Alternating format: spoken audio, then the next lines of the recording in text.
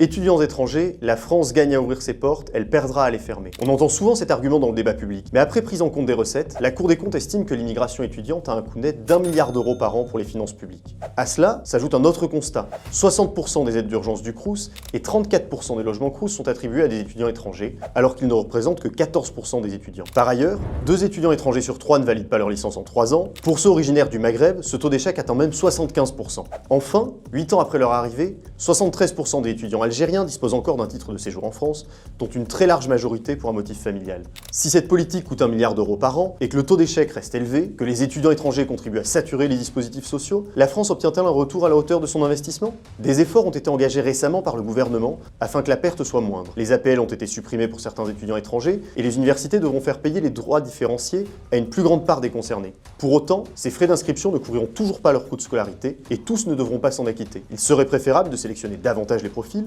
de cibler les filières les plus pertinentes au regard de nos besoins, afin que l'immigration étudiante bénéficie réellement à notre pays.